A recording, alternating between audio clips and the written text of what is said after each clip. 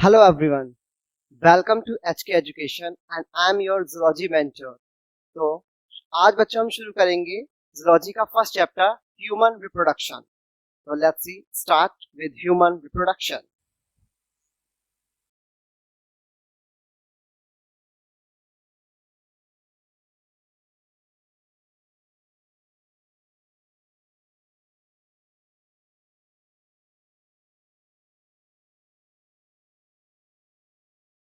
So, what is reproduction? Actually, term reproduction is made from re and production. Means reproduction. किसी चीज का बार बार होना is re and production is उत्पत्ति होनी किसी चीज की बनना. तो ह्यूमन रिप्रोडक्शन में रिप्रोडक्शन टर्म डिफाइन क्या करता है?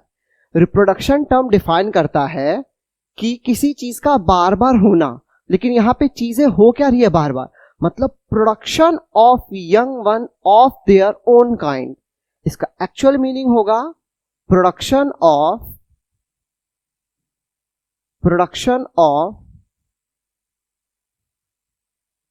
Young ones of their own kind. तो जो किसी इसका प्रोडक्शन हो रहा है वो खुद के जैसा प्रोड्यूस कर रहा है. अब जैसे डॉग है तो डॉग एक डॉग बेबी को ही बॉर्न करेगा. ह्यूमन है तो ह्यूमन से ह्यूमन का बच्चा ही होगा. That is reproduction. री मतलब बार बार, अनप्रोडक्शन मतलब किसी चीज का होना. तो क्या रिप्रोडक्शन जो है क्या ये एक छोटा टर्म है? नहीं. रिप्रोडक्शन एक वाइड इवेंट है. ये सिर्फ अकेला इवेंट नहीं है, इसमें बहुत सारे आपके इवेंट्स इंक्लूडेड है. जैसे कि कौन कौन से इवेंट इंक्लूडेड है? अगर हम रिप्रोडक्शन की बात करें तो रिप्रोडक्शन में जो फर्स्ट इवेंट आता है वो आता है आपका gametogenesis.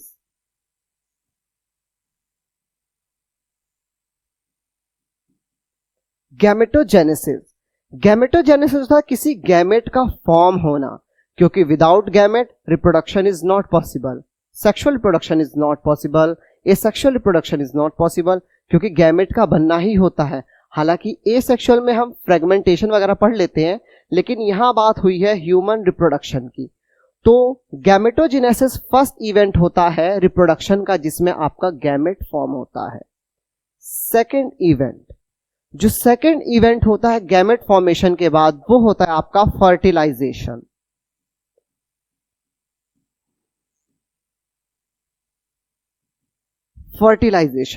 Fertilization is a process when egg and sperm are meet together.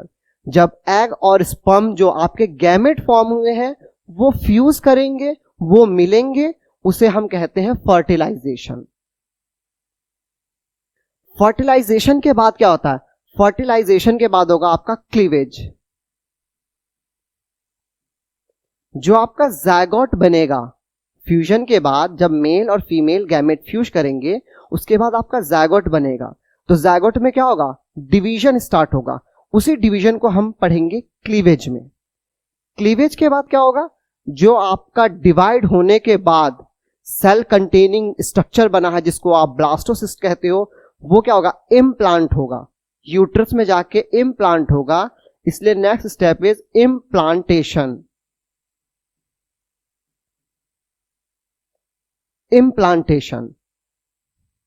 Implantation के बाद क्या होगा?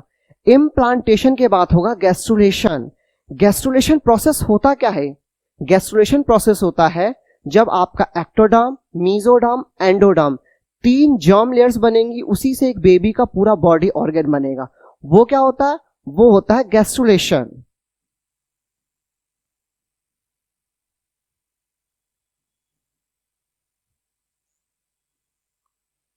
Last one is parturition. अब बेबी का बर्थ होगा.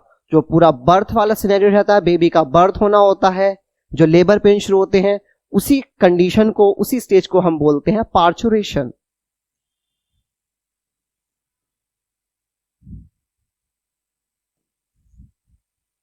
तो ये जो रिप्रोडक्शन है, टर्म छोटा है रिप्रोडक्शन, लेकिन ये खुद कई सारे इवेंट्स में बटे हुए हैं. वो इवेंट्स है gametogenesis, fertilisation, cleavage, implantation, gastrulation and parturition. तो अब हमने इतनी बात समझ ली कि रिप्रोडक्शन क्या होता है और रिप्रोडक्शन किस किस इवेंट में बटे हुए हैं। लेकिन आपको पता है कि रिप्रोडक्शन के लिए सबसे इंपॉर्टेंट बात क्या है? आप रिप्रोडक्शन करोगे कैसे? रिप्रोडक्शन प्रोसेस इनिशिएट कैसे होगा? क्या विदाउट सेक्स ऑर्गन पॉसिबल है रिप्रोडक्शन? नहीं ना, और वो भी ह्यूमन रिप्रोडक्शन नॉट पॉसिबल। तो इसके लिए अब हम क्या पढ़ेंगे? Sex organ. तो जो आपके सेक्स ऑर्गन है, अब हम सेक्स ऑर्गन पे चलते हैं कि व्हाट इज सेक्स ऑर्गन्स। तो अब हम पढ़ेंगे सेक्स ऑर्गन। अब सेक्स ऑर्गन बहुत इंपॉर्टेंट है एक रिप्रोडक्शन के प्रोसेस के लिए, लेकिन जो हमारे सेक्स ऑर्गन है वो 2 पार्ट्स में डिवाइडेड है।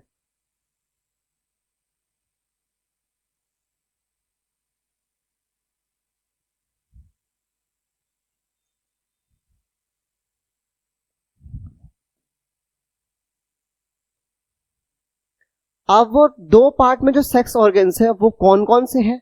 फर्स्ट हम पढ़ते हैं प्राइमरी सेक्स ऑर्गन।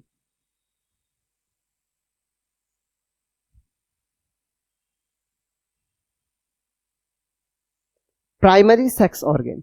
दूसरा हम पढ़ेंगे secondary sex organ.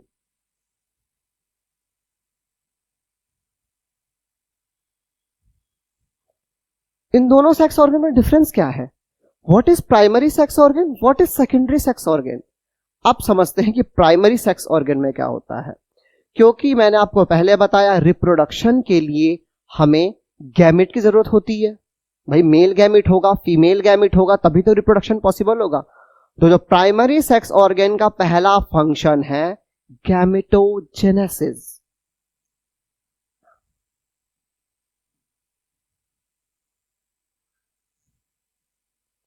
Gametogenesis is the process of formation of gametes. Gametogenesis is the process of formation of gametes. अब इसमें जो गैमीट्स बनेंगे, अगर हम गैमीट्स की बात करें तो जो हमारा मेल गैमीट बनेगा, जो हमारा मेल गैमीट बनेगा वो होगा स्पर्म,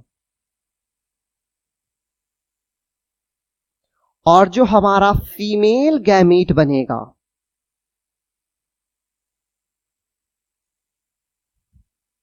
वो होगा आपका एग या ओवम। तो ये हमारे गैमेट हैं। Male gamete is sperm, female gamete is ovum, और ये किसका पार्ट है? प्राइमरी सेक्स ऑर्गन का। तो प्राइमरी सेक्स ऑर्गन में गैमेट फॉर्मेशन पहला प्रोसेस है कि गैमेट फॉर्म हो रहा है, लेकिन गैमेट को फॉर्म कौन कर रहा है? ये गैमेट्स भी तो कहीं फॉर्म हो रहे होंगे। तो जो प्राइमरी सेक्स ऑर्गन के आपके एग्जाम्पल हैं, अगर मैं मेल की बात करूं तो मेल में जो प्राइमरी सेक्स ऑर्गन है वो है आपका टेस्टीज, क्योंकि आपका टेस्टीज ही क्या बनाएगा? स्पर्म प्रोडक्शन करेगा। अगर मैं फीमेल की बात करूं कि फीमेल में प्राइमरी सेक्स ऑर्गन क्या है, मतलब ये जो आपका एग या ओवम बन रहा है उसे कौन फॉर्म करेगा? तो वो कौन फॉर्म करता है? वो करता है आपका ओवरीज। तो ये तो फर्स्ट पॉइंट हो गया कि गैमेटोजेनेसिस प्राइमरी सेक्स ऑर्गन का काम करने का फंक्शन है, कि प्राइमरी सेक्स ऑर्गन गैमेटोजेनेसिस करता है, गैमेट फॉर्म करता है। दूसरा स्टेप अगर मैं बोलूं सेकंड फंक्शन क्या है, what is second function of primary sex organ? तो प्राइमरी सेक्स ऑर्गन का जो सेकंड फंक्शन है production of hormones. Production of hormones. भाई विदाउट हॉर्मोन्स गैमेट फॉर्म होना बड़ा मुश्किल है, इसलिए क्या होता है? Second function is production of hormones. अब हॉर्मोन्स क्या होंगे वो हम डिटेल में नेक्स्ट जब और डिटेल में पढ़ेंगे, इन सबको हमें डिटेल में पढ़ना है तो उसमें कवर करेंगे। अब प्राइमरी सेक्स ऑर्गन का फंक्शन तो हमें समझ में आ गया। What is secondary sex organ? Secondary sex organ का फंक्शन क्या है? तो सेकेंडरी सेक्स ऑर्गन का पहला फंक्शन है मैच्योरेशन। कहने का मतलब है जो आपके गैमेट बने हैं, अब वो गैमेट डेवलप भी तो करेंगे, उन गैमेट को न्यूट्रिशन भी तो चाहिए, वो होगा आपका मैच्योरेशन में जो आपके सेकेंडरी सेक्स ऑर्गन करवाएंगे। सेकेंड फंक्शन क्या होगा? जो सेकेंडरी सेक्स ऑर्गन है उसका सेकेंड फंक्शन होता है ट्रांसपोर्टेशन। क्यों? आपके टेस्टिस ने स्पर्म बनाया है, आपके ओवरीज ने एग बनाया है, अब इनको बाहर भी तो जाना है, इनको आगे भी तो ट्रेवल करना है, तो ट्रांसपोर्टेशन का काम कौन करेगा? Secondary sex organ. Help in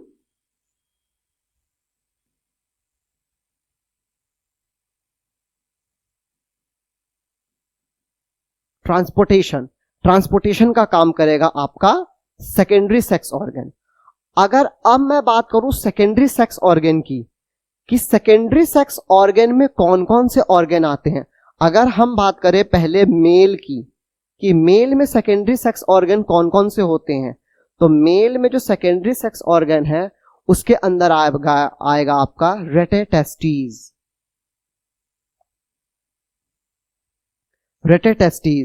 रेटेटेस्टीज के बाद क्या आएगा? वासा इफ्रेंशिया।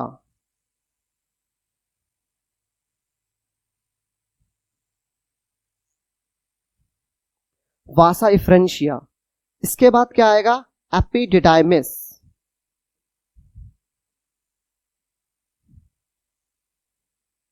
इसके बाद क्या आएगा? इसके बाद आएगा आपका वासा डिफरेंस।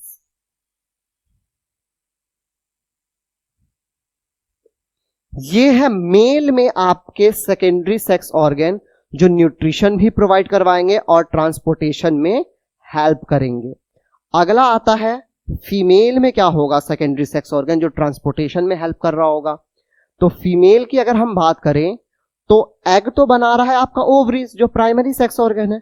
तो सेकेंडरी सेक्स ऑर्गन कौन कौन से होंगे? सेकेंडरी सेक्स ऑर्गन होंगे आपका ओविडक्ट, जिसे आप फैलोपियन ट्यूब भी कहते हैं। दूसरा होगा आपका यूटेरस, और तीसरा है आपका सर्विक्स जो आगे जाके वजाइना में ओपन हो जाता है। तो ये है आपके सेकेंडरी सेक्स ऑर्गन और ये हैं आपके प्राइमरी सेक्स ऑर्गन्स। तो इतनी बात आई होप आप लोगों को समझ में आई होगी। तो नेक्स्ट अब हम पढ़ते हैं मेल रिप्रोडक्टिव सिस्टम पढ़ेंगे। अब हम क्या पढ़ेंगे? अब हम शुरुआत करेंगे अपना मेल रिप्रोडक्टिव सिस्टम से।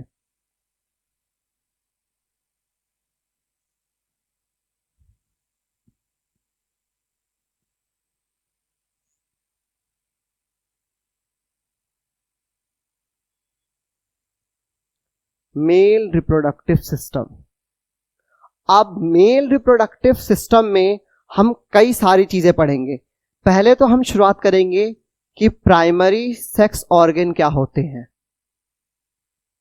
आपको जैसे बताया प्राइमरी सेक्स ऑर्गन हमारे टेस्टिस होते हैं, ये प्राइमरी सेक्स ऑर्गन है। अगर मैं बात करूं आगे तो मेल रिप्रोडक्टिव सिस्टम में कुछ आपके एसेसरीज डक्ट होते हैं।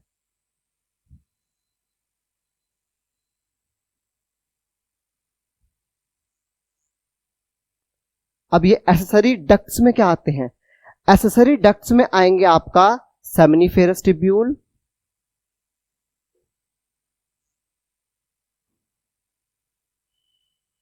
Seminiferous tubule, rete testis, seminiferous tubule, rete testis, vasa efferentia, vasa efferentia, epididymis, vasa difference.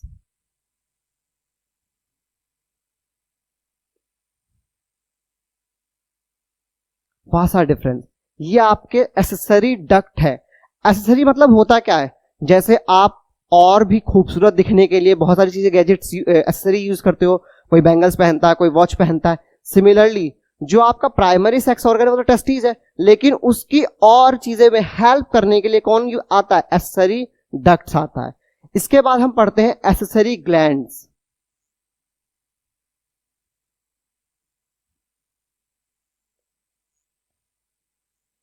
Accessory glands ये भी आपका जो आपका स्पर्म प्रोड्यूस हुआ है, जो आपका गैमेट प्रोड्यूस हुआ है, उसमें इसकी हेल्प करता है, किसमें? ट्रांसपोर्टेशन के टाइम और न्यूट्रिशन प्रोवाइड में भी। तो एसेसरी ग्लैंड्स में क्या है? एसेसरी ग्लैंड्स में हम क्या पढ़ते हैं? एसेसरी ग्लैंड्स में हम पढ़ते हैं 3 ग्लैंड। जो पहला पढ़ेंगे वो हम पढ़ेंगे सेमिनल वेसाइकल।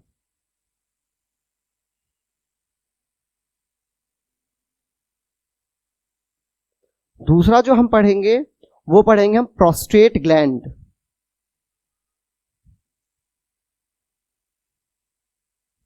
और जो तीसरा हम पढ़ेंगे वो हम पढ़ेंगे बल्बोयूरेथ्रल ग्लैंड।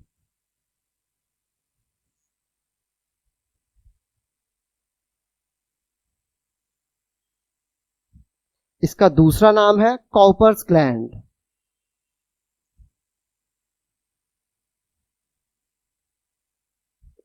तो ये 3 ग्लैंड्स हमें पढ़ने हैं एक्सेसरी ग्लैंड में। आगे अब ये तो हो गई भी प्राइमरी सेक्स ऑर्गन की बात, ये हो गई एक्सेसरी डक्ट की बात, ये हो गई एक्सेसरी ग्लैंड्स की बात। इसके बाद क्या होता है मेल रिप्रोडक्टिव सिस्टम में? इसके बाद आपके मेल रिप्रोडक्टिव सिस्टम में आता है एक्सटर्नल जेनिटेलिया।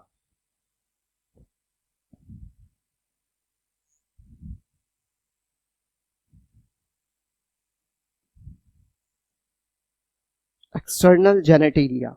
अब एक्सटर्नल जेनिटेलिया मतलब जो बाहरी, एक्सटर्नल मतलब बाहर, जो बाहर पे हमें जेनाइटल ऑर्गन दिख रहे हो। तो मेल में क्या दिखता है आपको? मेल में दिखता है पीनस और दूसरा स्क्रोटम। ये एक्सटर्नल जेनिटेलिया है मेल के। तो इतना कुछ हमें पूरा डिटेल में पढ़ना है मेल रिप्रोडक्टिव सिस्टम में।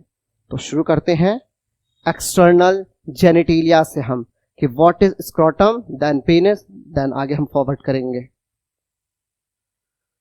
तो अब हम बात करते हैं स्क्रोटम की।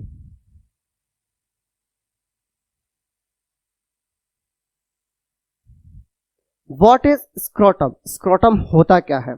Scrotum is a pouch like structure which is located externally in pelvic region in male. तो ये पाउच लाइक स्ट्रक्चर होता है जो पेल्विक रीजन में मेल में लोकेटेड होता है। अब स्क्रोटम है, ये मतलब बाहर क्यों लोकेटेड है? एक्सटर्नली ही क्यों लोकेटेड है? ऐसा क्यों है कि स्क्रोटम आपका बाहर लोकेटेड है? और स्क्रोटम कंटेन क्या करता है? तो जो आपका स्क्रोटम है, it is a pouch like structure.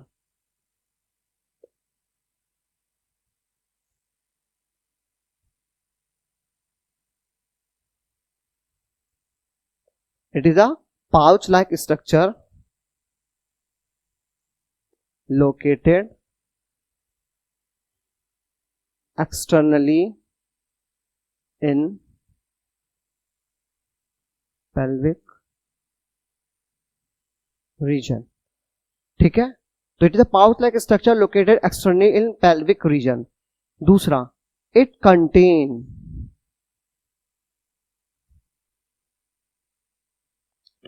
Testis. ये क्या कंटेन करता है? इस पाउच में होता क्या है? इस पाउच में होता है मेल प्राइमरी सेक्स ऑर्गन, जिसे हम कहते हैं टेस्टिस। ठीक है, तो अब बात आती है ये आपका जो स्क्रोटम है बाहर लोकेटेड क्यों है? एक्चुअली रीजन ये है बाहर लोकेटेड होने का स्क्रोटम का, क्योंकि टेस्टिस का मेन फंक्शन है स्पर्म प्रोडक्शन करना। और जो स्पर्म प्रोडक्शन होता है उसके लिए एक प्रॉपर टेम्परेचर की बहुत जरूरत होती है। एक अच्छे टेम्परेचर की, एक प्रॉपर टेम्परेचर की उसे बहुत जरूरत होती है। जो हमारा बॉडी टेम्परेचर है इंटरनली, वो हमारा बॉडी टेम्परेचर 2.5 डिग्री सेल्सियस क्या है, ज्यादा होता है as compare to external temperature. तो इस टेम्परेचर की वजह से स्पर्म का प्रोडक्शन अच्छे से नहीं हो पाएगा। इस वजह से, क्योंकि बाहर का टेम्परेचर 2 से 2.5 डिग्री कम है, तो वहां क्या होगा, आपका स्पर्म प्रोडक्शन यानी स्पर्मेटोजेनेसिस अच्छे से होगा। इसलिए आपका स्पर्म क्या होता है, बाहर लोकेटेड होता है, due to production of sperm और प्रोसेसेस स्पर्मेटोजेनेसिस की वजह से। तो अब हम इस स्क्रोटम का स्ट्रक्चर पढ़ेंगे पूरा, कि स्क्रोटम दिखता कैसा है, होता कैसा है।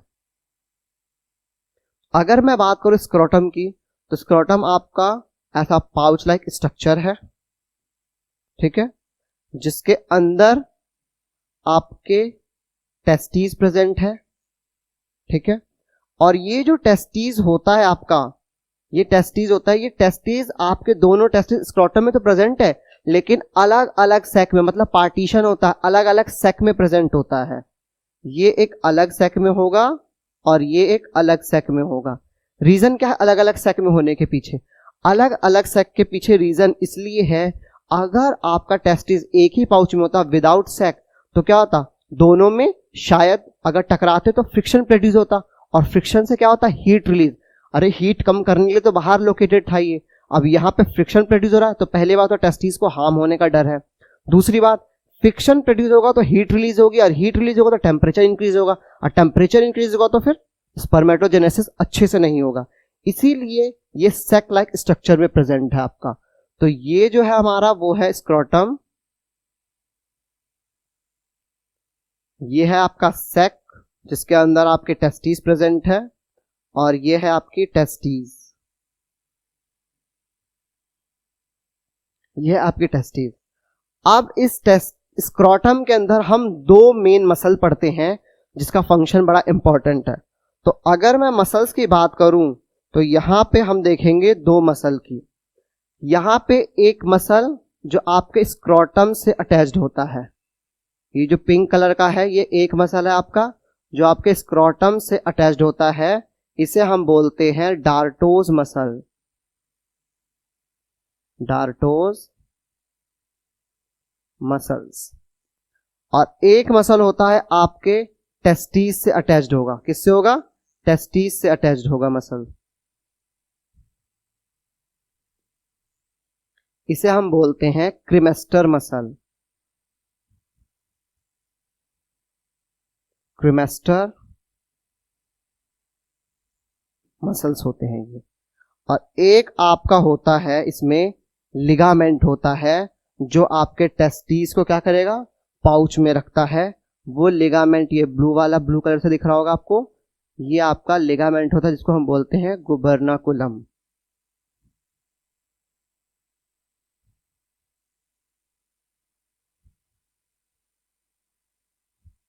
इसे हम बोलते हैं गुबर्नाकुलम। तो ये आपका पाउच का स्ट्रक्चर है जिसमें एक मसल होता है डार्टोज मसल, दूसरा मसल होता है क्रीमेस्टर मसल, और एक लिगामेंट लाइक स्ट्रक्चर जिसको हम बोलते हैं गुबर्नाकुलम। तो ये मसल्स का काम क्या है, ये मसल्स फंक्शन क्या कर रहे हैं यहाँ पे। और ये जो आपको डार्टोज मसल दिख रहा है ये होता है स्मूथ मसल,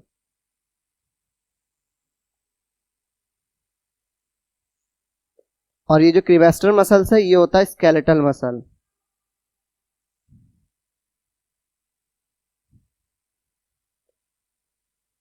तो ये मसल फंक्शन क्या करते हैं, ये मसल फंक्शन करते हैं एलिवेशन ऑफ टेस्टिस, टेस्टिस को अपलिफ्ट करने की, टेस्टिस को डाउन करने की। तो एलिवेशन की जरूरत क्यों पड़ती है टेस्टिस को? एक्चुअली जो आपका टेस्टिस होता है ना वो आपके एब्डोमेन रीजन में फॉर्म होता है, जो आपका टेस्टिस है वो एब्डोमेन रीजन में फॉर्म होता है। लेकिन प्रेगनेंसी के 7th मंथ में, प्रेगनेंसी के 7th मंथ में ड्यू टू टेस्टोस्टेरोन और एंड्रोजन बाइंडिंग प्रोटीन की हेल्प से ये एब्डोमेन से आपके पाउच में आ जाता है। तो आपका जो ये टेस्टिस है और ये मसल्स है ये हेल्प किस में करते हैं, एलिवेशन ऑफ टेस्टिस में। अब ये एलिवेशन ऑफ टेस्टिस क्या होता है,